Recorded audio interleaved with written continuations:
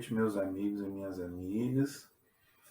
Vamos gravar o nosso vídeo de hoje com a graça de Deus, mas antes vamos rezar, pedir ao Espírito Santo que nos ilumine, para que possamos fazer um vídeo de acordo com a vontade de Deus. Em nome do Pai, do Filho e do Espírito Santo. Amém.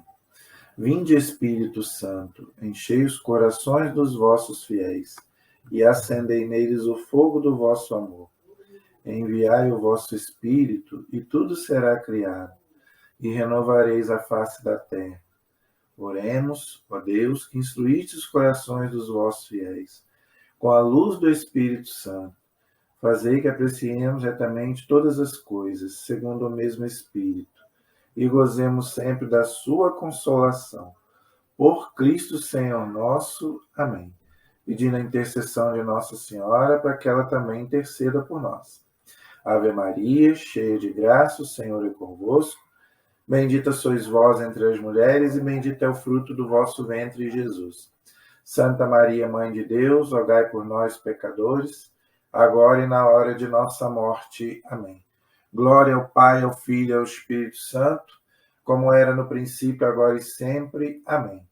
Nossa Senhora Aparecida, rogai por nós. São José, rogai por nós. Em nome do Pai, do Filho e do Espírito Santo. Amém. Muito boa noite, espero que todos estejam na santa paz. Hoje nós vamos continuar o nosso estudo do Catecismo da Igreja Católica, que nós estamos fazendo, tá? Sobre Jesus Cristo, nosso Senhor e nosso Salvador, que nós estamos, graças a Deus, aí já na reta final praticamente, ok? Nós estamos falando agora da parte, chegando já no final da vida terrena de Jesus, da sua paixão, morte e ressurreição e ascensão, ok? Na aula passada, nós vimos a questão dos judeus, né? Aqueles judeus que prenderam Jesus, tá? Mas não são todos os judeus que são culpados, só aqueles da época de Jesus, mas também não foi só os judeus, foi os romanos, todos tiveram culpa, o próprio Judas, não é? E a igreja ensina que todos os pecadores têm culpa na morte de Jesus, porque Jesus morreu por causa dos pecadores. Então todos nós que somos pecadores temos a nossa parcela de culpa, tá bom? Então hoje nós vamos continuar da onde a gente parou. Você que tem o catecismo aí, nós paramos no parágrafo 598. Então, hoje nós vamos para o 599. O título é A Morte Redentora de Cristo no Desígnio Divino de Salvação. Está na página 170.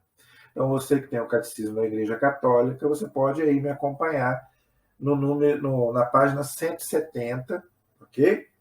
Então, gente, o Catecismo diz aí que a morte de Cristo, ela é uma morte redentora, tá?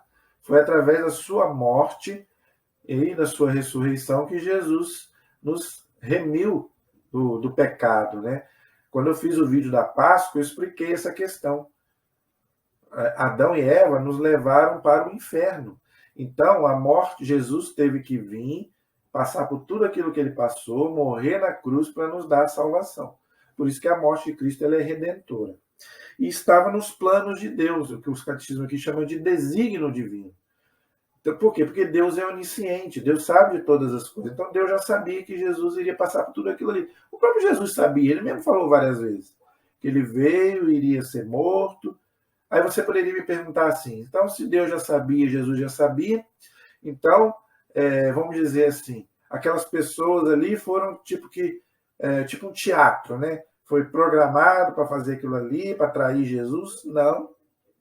Não foi nada programado. Deus sabia, porque Deus é onisciente, mas Deus não programou nada.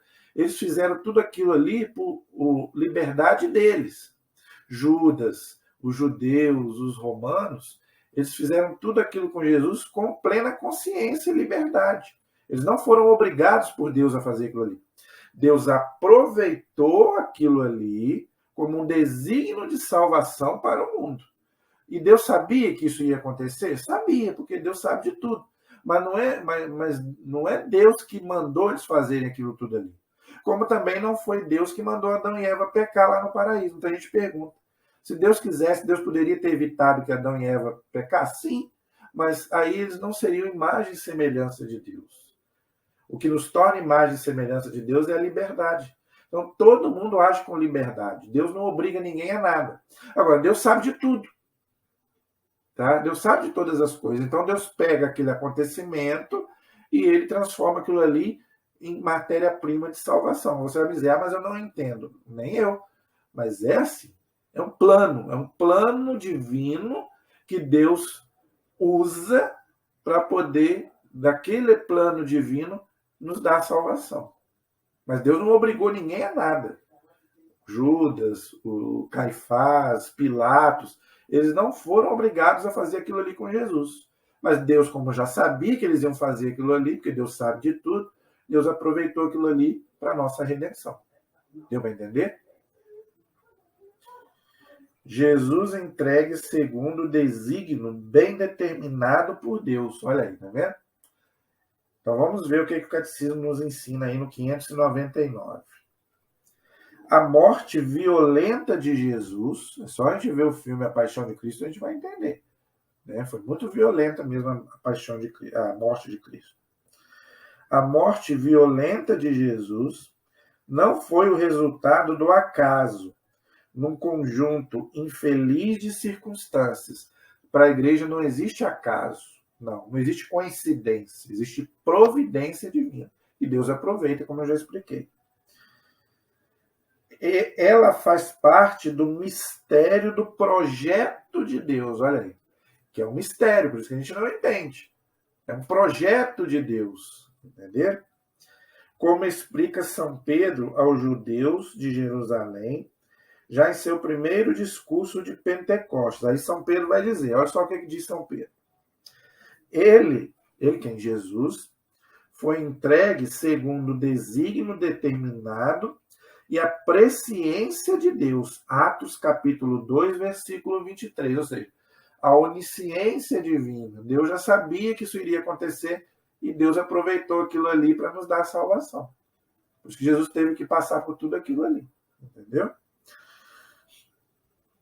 Esta linguagem bíblica não significa que os que entregaram Jesus tenham sido apenas executores passivos de um roteiro escrito de antemão por Deus. Foi aquilo que eu expliquei. Tá? Tudo aquilo que eu expliquei. Tá? Deus, eles usaram da liberdade deles e Deus aproveitou aquilo tudo para a nossa salvação. É isso que o Catecismo está dizendo. Aquilo ali não foi um roteiro, como se faz um teatro, né, uma novela. Não. Mas Deus sabia que aquilo ali iria acontecer. Deus, como sabe de todas as coisas, Deus aproveitou aquilo ali para a nossa salvação. Entendeu? Então, esse é o parágrafo 599. O parágrafo 600 diz assim: para Deus, todos os momentos do tempo estão presentes em sua atualidade, porque para Deus não existe o tempo. Eu já falei isso aqui várias vezes, gente. Para Deus não existe passado, presente e futuro. Para Deus tudo é presente, tudo é atual. Entendeu? Por isso que nós não podemos interpretar as coisas de Deus com o nosso tempo de 24 horas. Tanto que a igreja ensina que o nosso tempo é o cronos, ou seja, o cronômetro. Tá? O tempo de Deus é o kairos, o tempo de Deus, o tempo da graça. Então nós não podemos analisar as coisas de Deus, tá, com as coisas da terra, entendeu? Porque aqui nós estamos presos ao espaço e ao tempo. Para Deus não existe espaço, não existe tempo. No além, na eternidade, não existe espaço, não existe tempo. Só para essa vida terrena. Entendeu? Ele, Deus, estabelece, portanto, seu projeto eterno de predestinação. Olha aí, entendeu?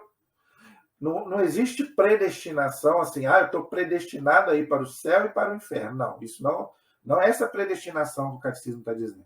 A predestinação aqui é porque Deus já sabe de todas as coisas, de todos os acontecimentos que já aconteceram, estão acontecendo e vão acontecer. Deus sabe de tudo, porque Deus é onisciente. Tá? Mas Deus sempre respeita a liberdade humana. o fato de Deus ser onisciente não tira a nossa liberdade. Tá? Agora, Deus, vamos dizer assim, ele entra dentro, né, das circunstâncias, do limite do tempo e do espaço daquilo que a gente está vivendo. Entendeu? Gente, isso aí é meio complicado a gente entender, porque a nossa cabeça é diferente da gente entender as coisas de Deus. A nossa cabeça é muito pequena para entender essas coisas. Só quando a gente estiver diante dele, face a face, que a gente vai compreender essas coisas, diz a igreja. Tá? Incluindo nele a resposta livre, olha aí, liberdade, de cada homem à sua graça. Então, cada pessoa, ela responde à graça de Deus de acordo com a sua liberdade. Deus não obriga ninguém a nada. Nem as pessoas boas e nem as más. Então, todo mundo age com plena consciência e plena liberdade. Por isso que existe céu e existe inferno.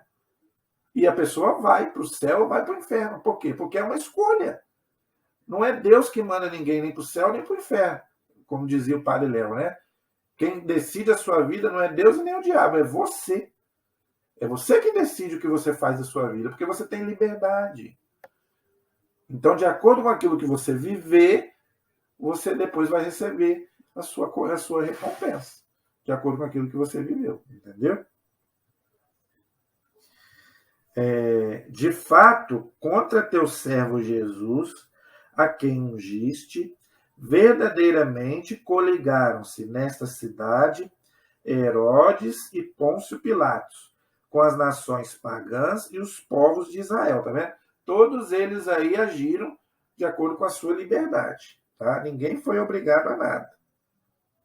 Está lá no Salmo 2, versículo de 1 a 2.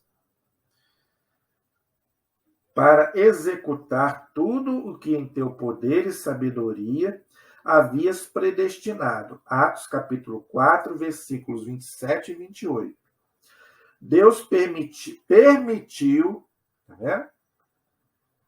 Os atos nascidos de sua cegueira de quem? Do povo, né? Está lá em Mateus 26, 54, João 18, 36 e João 19, 11, a fim de realizar o seu projeto de salvação. Atos capítulo 3, versículos 17 e 18. Então, depois você leia lá o Salmo 2, versículo 1 e 2, você vai entender que já estava prefigurado lá desde o Antigo Testamento, desde lá do Salmo, não é? Que isso iria acontecer, ou seja, que iriam conspirar contra o Messias. Tá? Então, isso já era um plano de salvação que tinha que acontecer. Entendeu? Sem tirar a liberdade humana, né? Tudo aquilo ali aconteceu de acordo com o plano de salvação que Deus já tinha determinado. Entendeu? Então, aqui está bem claro.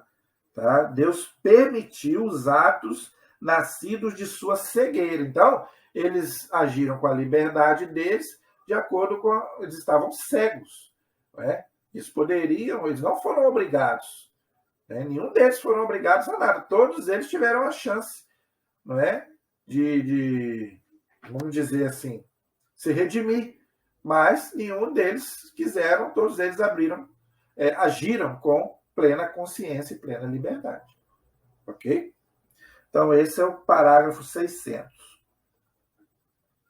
Morreu por nossos pecados segundo as Escrituras. Esse é o parágrafo 601. Vamos ver. Este projeto divino de salvação, mediante a morte do servo e o justo. Então, Jesus, ele é chamado de servo e de justo, segundo Isaías 53, 11 e Atos 3, 14. Então, Jesus é aquele servo sofredor lá do profeta Isaías. E mesmo assim, né, os judeus não aceitaram Jesus como Messias. Tá? Graças a Deus que nós cristãos aceitamos. Graças a Deus. Não é? Havia sido anunciado antecipadamente na Escritura como um mistério de redenção universal, isto é, de resgate que liberta os homens da escravidão do pecado. Então, isso, gente, é o que Jesus veio, é a missão dele. Está lá em Isaías 53, 11, 12, João 8, 34 a 36. Então, gente, essa é a missão do Messias. Não existe outra. Vou repetir. Tá? Havia sido anunciado antecipadamente na Escritura como um mistério de redenção universal, isto é, de resgate que liberta os homens da escravidão do pecado. Então, o Messias veio para isso, libertar os homens do pecado. Então, Jesus não veio para outra coisa a não ser isso. Tá?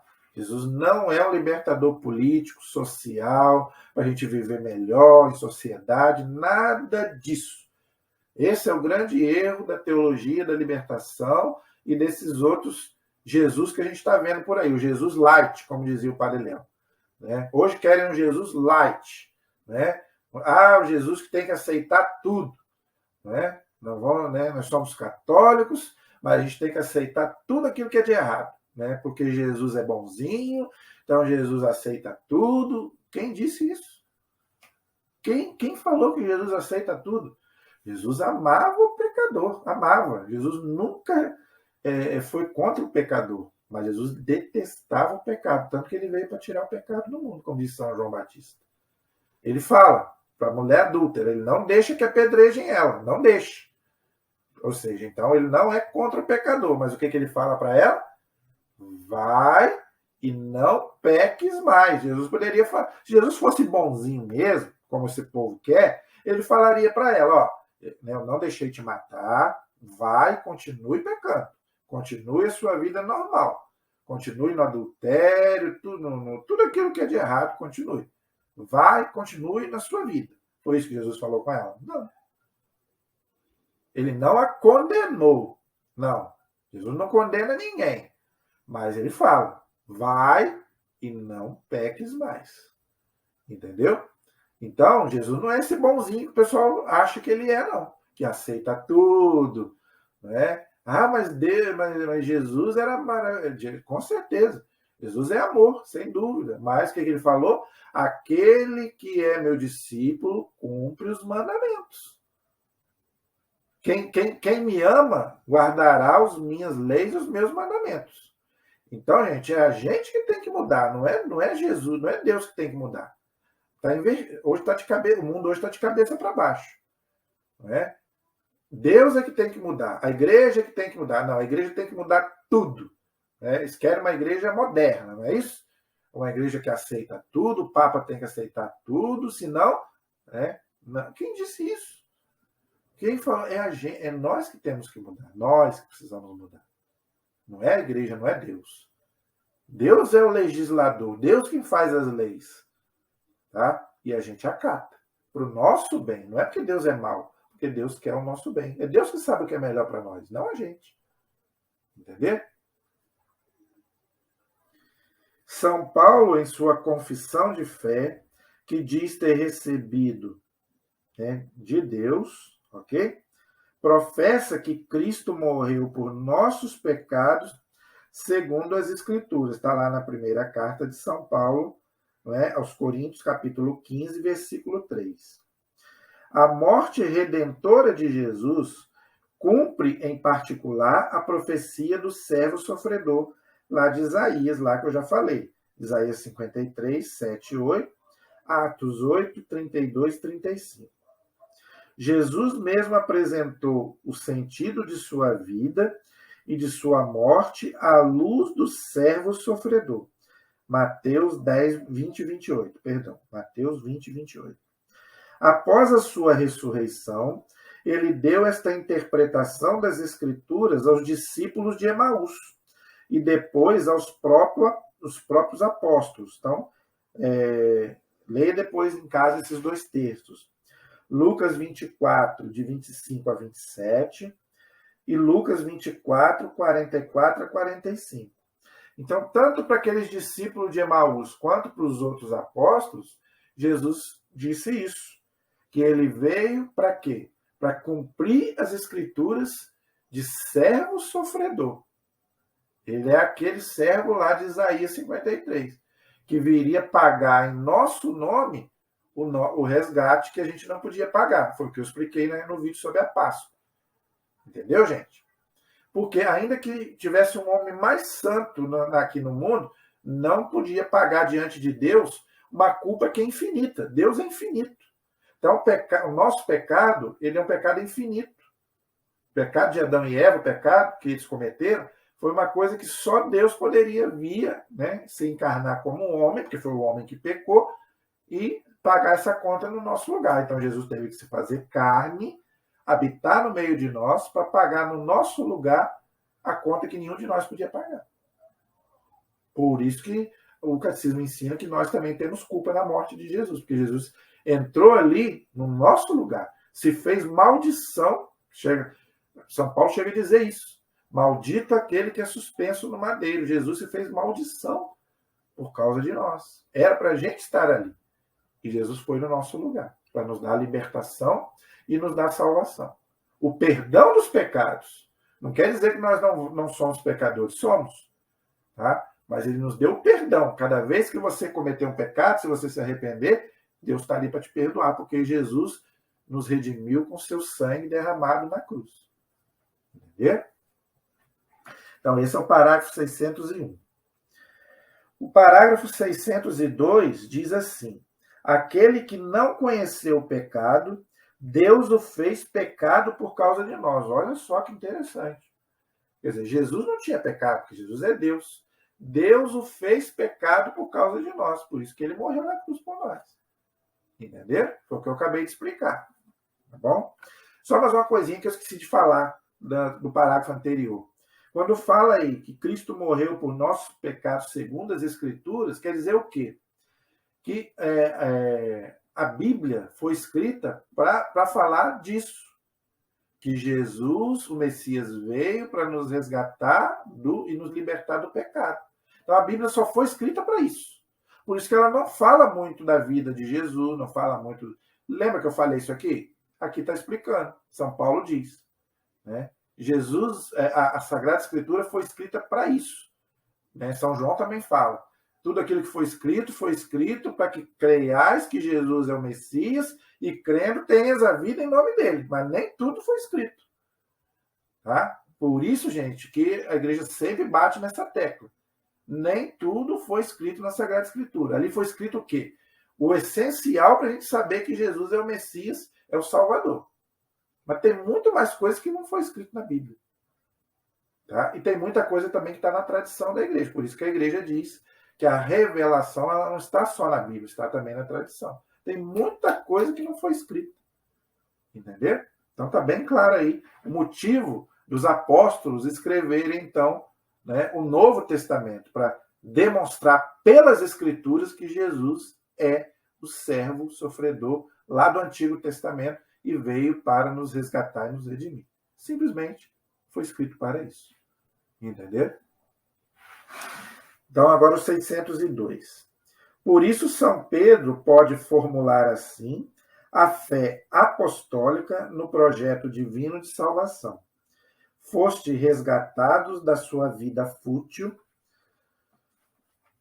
que herdaste de vossos pais. Qual pais? Adão e Eva. Tá? Nossos pais aqui não é nosso pai carnal, não. Ele está falando aqui de Adão e Eva. Todos nós somos filhos de Adão e Eva, tá? Porque nós somos descendentes de Adão e Eva. Pelo sangue precioso de Cristo, então, assim como em Adão e Eva, todos nós pecamos, diz lá São Paulo, em Cristo, pelo sangue de Cristo, nós somos redimidos. Por isso, o poder do sangue de Cristo. Eu quero fazer aqui um vídeo, se Deus quiser, sobre o sangue de Cristo. Como de um cordeiro sem defeitos, lembrando lá do Antigo Testamento, né? Aquele cordeiro que era sacrificado, aquele animalzinho, já era uma prefiguração do verdadeiro cordeiro, que é o Cristo. Por isso nós falamos na missa. Eis o cordeiro de Deus que tira o pecado do mundo. Já não é mais o animalzinho, agora é o próprio Cristo, ali na hóstia consagrada. Entender? Sem defeitos e sem mácula, ou seja, sem mancha, sem pecado. Conhecido antes da fundação do mundo, mas manifestado no fim dos tempos por causa de vós. Primeira carta de São Pedro, capítulo 1, versículos de 18 a 20. Os pecados dos homens, depois do pecado original, são sancionados pela morte, Romanos, capítulo 5, versículo 12, 1 Coríntios 15, 56. Ao enviar seu próprio filho na condição de escravo, Filipenses 2,7, condição de uma humanidade decaída e fadada à morte por causa do pecado.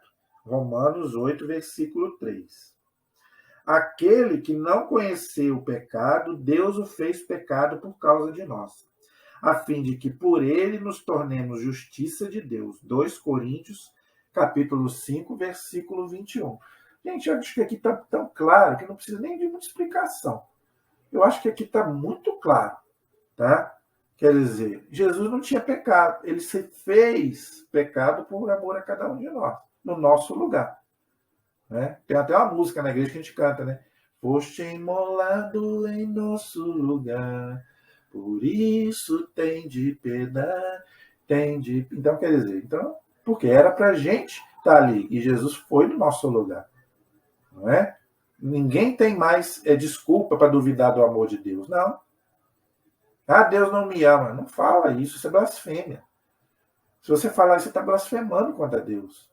O que mais você quer que Deus faça por você, que Deus já não fez? Deus fez o máximo, agora você tem que fazer a sua parte. Entendeu? Agora você, como diz São Paulo, né? Tem que completar na minha carne o que falta a paixão de Cristo. Então agora é a minha vez de fazer a minha parte. Gente, a parte de Deus ele já fez. O que mais a gente quer? O que mais queremos que Deus faça por nós? Falar que Deus não te ama é a maior blasfêmia que você pode falar contra Deus, contra Jesus. Olhe para a cruz. Por isso que a gente tem um crucifixo, gente. O crucifixo não é para ficar de enfeite. É para a gente contemplar. A igreja ensina isso. Contemplar o crucifixo. O crucifixo é para a gente contemplar e ver até onde vai o amor de Deus por nós, o amor de Jesus. Tá? Os santos faziam isso, ficavam horas diante do crucifixo, né? Olhando para Jesus crucificado e pedindo perdão a Jesus e amando, né? Agradecendo, né? Tanto amor. Santa Teresinha morreu com o crucifixo, agarrada com o crucifixo. Por isso que ela, né, a imagem dela é agarrada no crucifixo. Muitos santos, São Francisco, a maioria dos santos você vê que está com o crucifixo agarrado na mão. Todos eles pediram para morrer junto com o crucifixo. Né? Morreram de amor. Santa Teresinha fala isso. Eu quero morrer de amor. Porque o amor não é amado. Ela falava isso. Jesus não é amado. Não. Entendeu? Então, gente, isso é para a gente pensar. Então, esse é o parágrafo 602. O 603 diz assim: Jesus não conheceu a reprovação, como se ele mesmo tivesse pecado. Não, então Jesus não cometeu pecado. Está lá em João 8,46.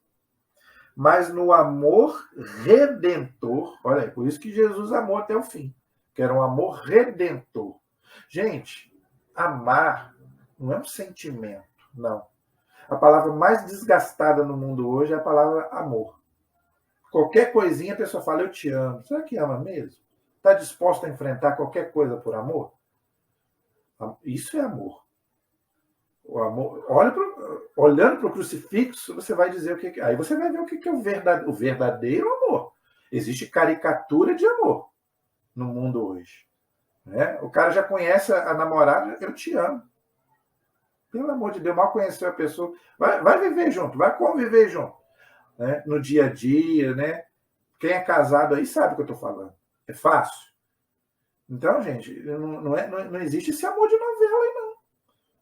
Qualquer coisinha já está falando, né? Eu te amo, estou apaixonado, estou namorando de ti, né? Ah, não, meu amigo, esse não é o amor que Deus está falando. Esse não é o amor que o catecismo está falando aqui. O amor redentor. Não. Amor é uma decisão, não é um sentimento. Assim como o perdão não é um sentimento, tá? Assim como a fé não é um sentimento. Porque sentimento, gente, é uma coisa que dá e passa. Às vezes você tem, às vezes você não tem. Pode acabar. E aquilo que acaba não é amor. O amor, diz o livro dos Cânticos, é mais forte do que a morte. Diz o livro dos Cânticos. Nós vamos ler. Nós estamos fazendo estudo bíblico. Quando a gente for estudar o livro dos Cânticos, nós vamos estudar isso. O amor é mais forte do que a morte. Nem a morte consegue apagar. Nem a morte consegue vencer. Então, não, tem gente que, eu te amo, aí a pessoa morre, marido, né? Aí a, pessoa a mulher mal morre e já está com outro.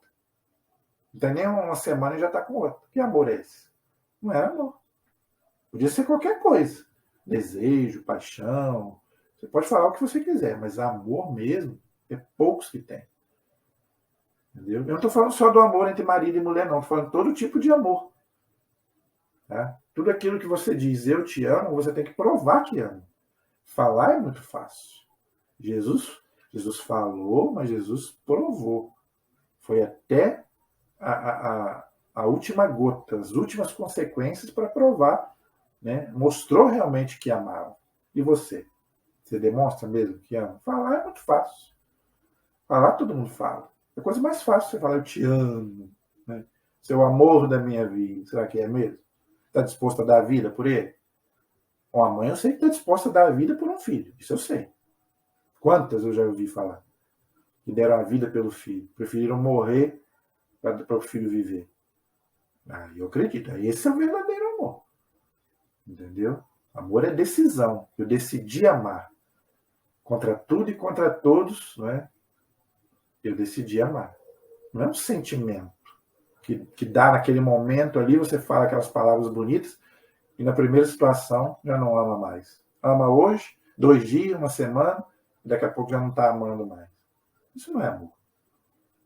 Então, gente, o amor redentor que sempre o unia ao Pai. Olha aí, então, Jesus amava tanto. Por que Jesus amou tanto? Porque ele estava unido ao Pai. Só ama quem conhece Deus. Isso não sou eu que estou dizendo, não, é São João. Quem não conhece Deus não sabe o que é o amor. O amor verdadeiro que eu estou falando. Entendam.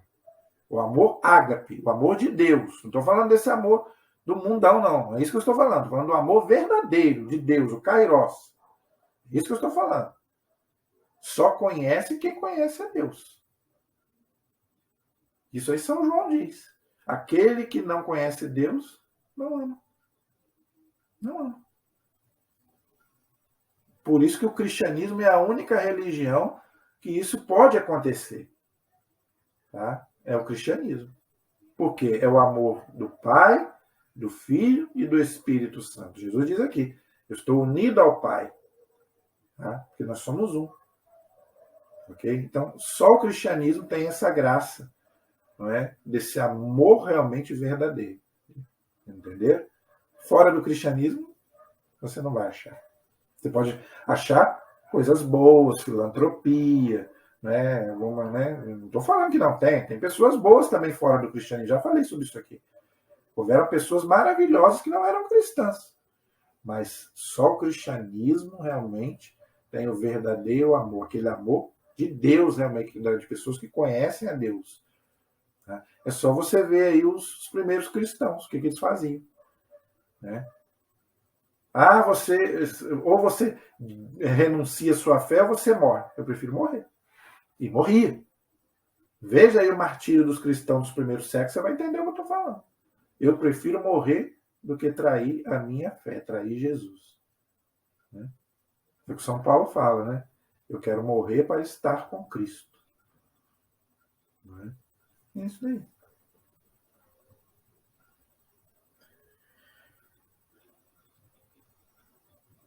Nos assumiu na perdição de nosso pecado, que nós estávamos perdidos pelo pecado, em relação a Deus, a ponto de poder dizer em nosso nome na cruz, meu Deus, por que me abandonastes? Marcos capítulo 15, versículo 34.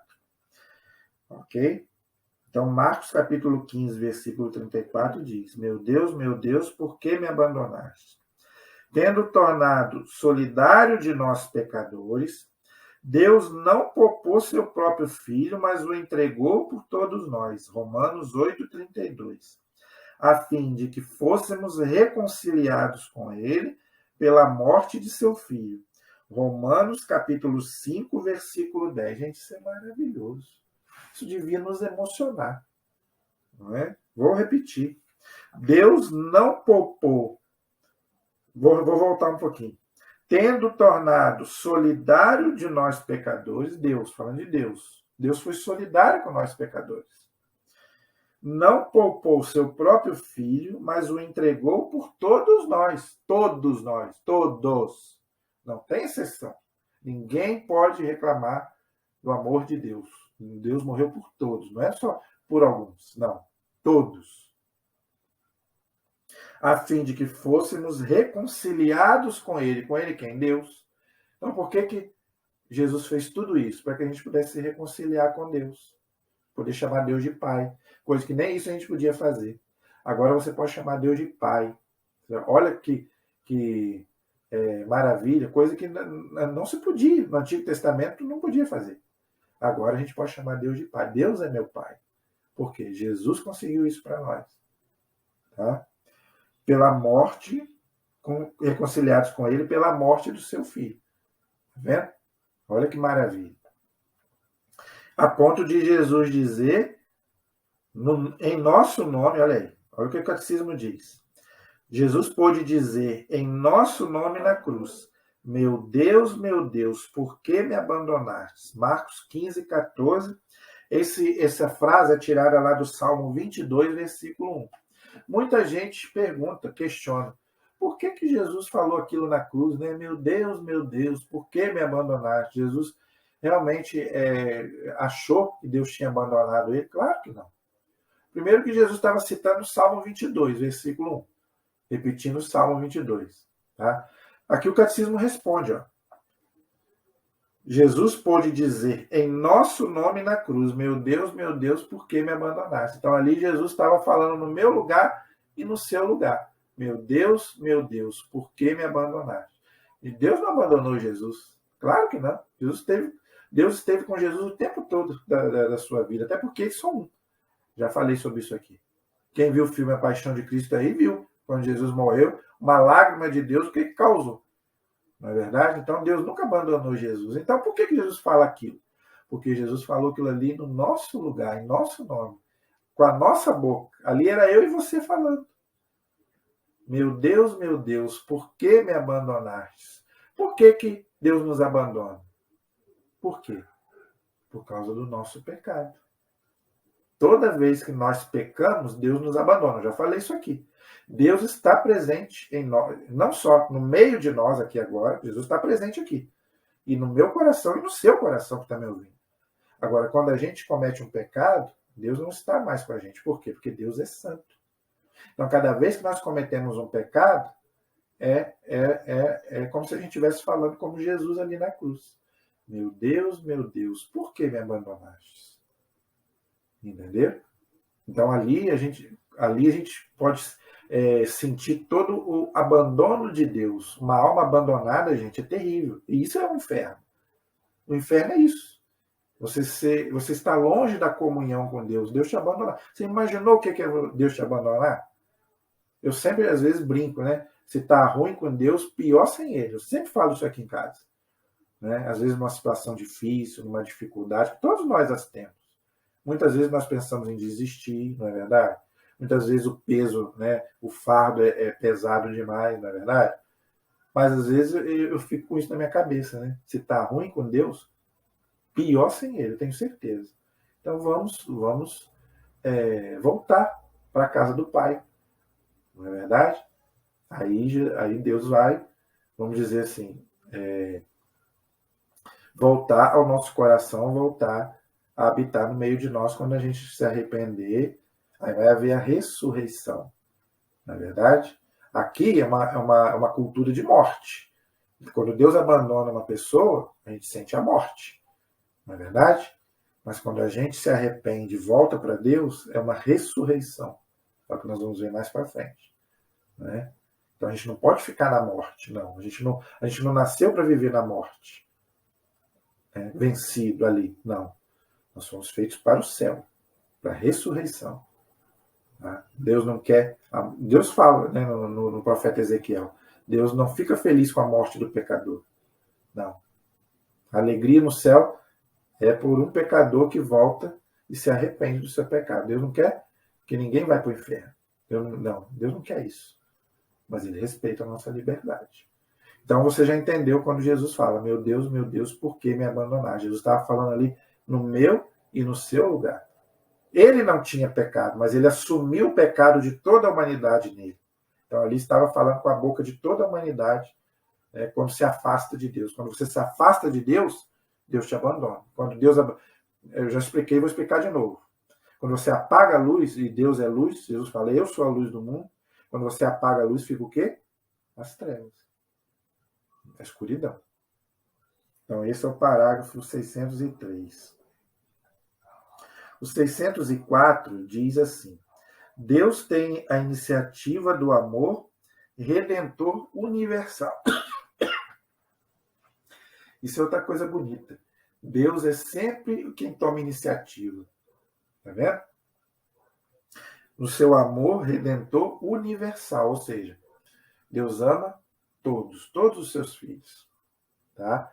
Agora, claro, ele quer também o retorno, né, gente? Lógico que também Deus tem um limite, vamos dizer assim. Se você faz a sua escolha contra ele, ele vai respeitar. Mas que ele ama todos, ele ama todos. Então, o parágrafo 604 diz assim, ao entregar o seu Filho por nossos pecados, Deus manifesta que seu desígnio sobre nós é um desígnio de amor benevolente, que antecede a qualquer mérito nosso. Olha aí, tá vendo? Então nós não temos mérito nenhum. Tudo é iniciativa de Deus. Inclusive, a palavra graça quer dizer o quê? Dom imerecido. Você não merece, né? Mas Deus te dá. Entendeu? Nisso consiste o amor. Não fostes nós que amamos a Deus, mas foi Ele quem nos amou e enviou seu Filho como vítima de expiação por nossos pecados. Primeira carta de São João, capítulo 4, versículo 10. Então não foi a gente que amou a Deus. Foi Deus que nos amou. E Deus não precisa de nós. Mas Deus nos ama. Quer a nossa colaboração e nossa contribuição. Deus não precisa de nós. Mas Ele quer contar com cada um de nós. Porque nos ama. Deus demonstra seu amor para conosco pelo fato de Cristo ter morrido por nós quando éramos ainda pecadores. Romanos, capítulo 5, versículo 8. Então, gente, está muito claro, né? Eu acho que não precisa nem de muito comentário, né, gente? Já expliquei e vou repetir. A gente estava condenado ao inferno por causa do pecado de Adão e Eva. Jesus veio para nos levar para o céu. Nosso lugar é o céu, aquela música, né? O meu lugar é o céu, é lá que eu quero morar. Tá? Mas a decisão é sua, é nossa. No que depender de Deus, né, vai todo mundo para o céu. Mas por que tem gente que não vai? É culpa de Deus? Não. Deus simplesmente respeitou a escolha de cada um, a favor ou contra Deus. Parágrafo 605. Este amor não exclui ninguém, diz o Catecismo da Igreja Católica. Olha aí. Este amor não exclui ninguém, o amor de Deus. Por isso que eu estou falando. Não é o amor do mundo aí, Big Brother aí, que elimina as pessoas. Não. É o amor de Deus, não exclui ninguém. Jesus lembrou na conclusão da parábola da ovelha perdida. Assim também não é da vontade de vosso Pai, que está nos céus, que um destes pequeninos se perca? Mateus 18, 14. Afirma ele dar a sua vida em resgate por muitos. Mateus 20, 28. Este último termo não é restritivo.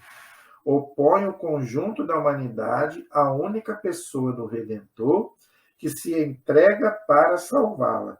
Romanos 5, 18 e 19. A Igreja, no segmento dos apóstolos, 2 Coríntios 5, 15 e 1 Carta de João 2, 2, ensina que Cristo morreu por todos. Cristo morreu por todos. Os homens sem exceção. Homens aqui, gente, é o ser humano. Não estou falando só do século masculino, não, tá? Homem e mulher. O ser humano. Não há, não houve e não haverá nenhum ser humano, aqui está homem, tá?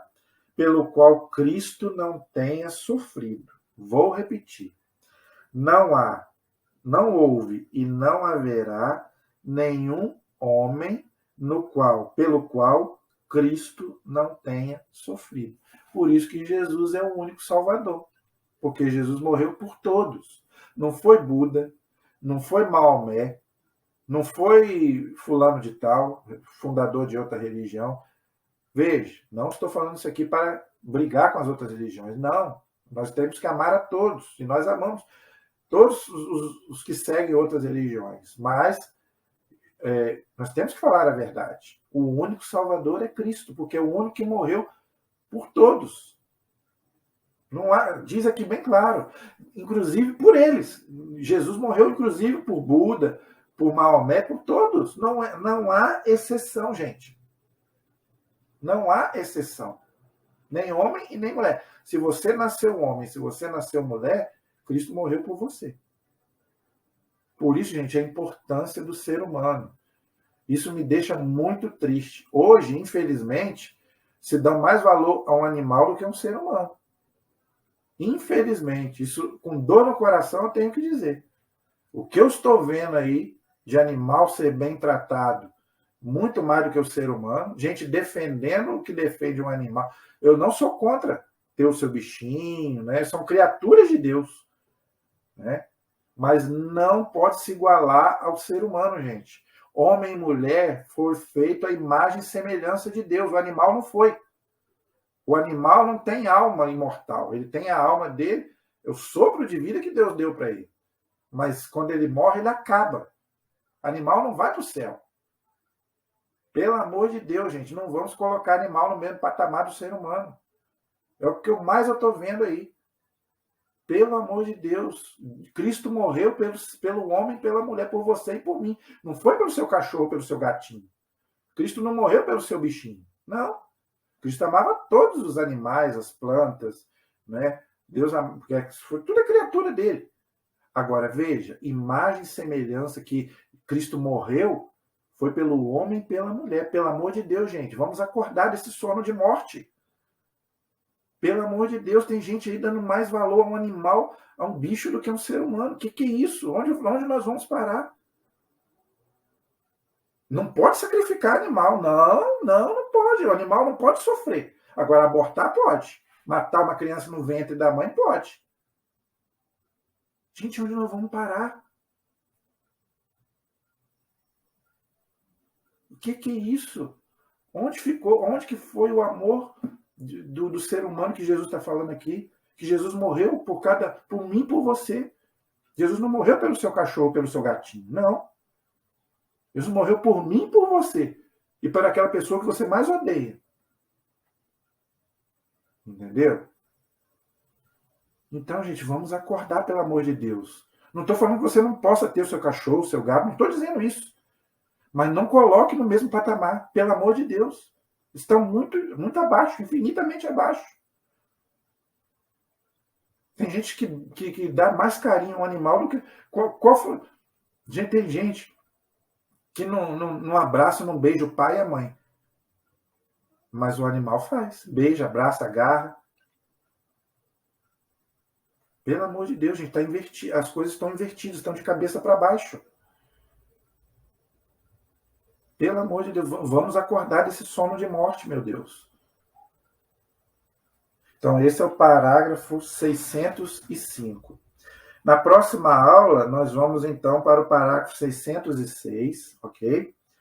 Cristo ofereceu-se a seu Pai por nossos pecados. É o parágrafo 606, que nós vamos ver na próxima aula. Espero que vocês tenham gostado da nossa aula. Continue aí nos prestigiando, coloque seus comentários, tá bom? Se inscreva e também compartilhe os nossos vídeos, tá bom? A nossa proteção está no nome do Senhor, que fez o céu e fez a terra.